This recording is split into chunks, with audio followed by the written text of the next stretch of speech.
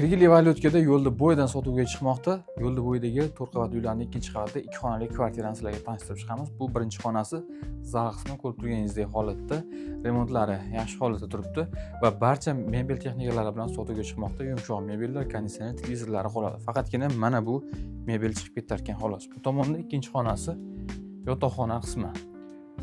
Yotoqxona mana bu mebellar ham qoldiriladi, faqatgina bu yerdan sandiqlarini olib chiqib ketishar ekan. Va navbatdagi xonasi oshxonani ko'rsatamiz.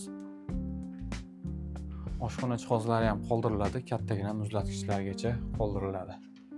Yaxshi holatda. Bu tomonda esa tashqaridan kirish qismlari va umumiy sanuzilni ko'rishingiz mumkin, stiralka ham qoldiriladi.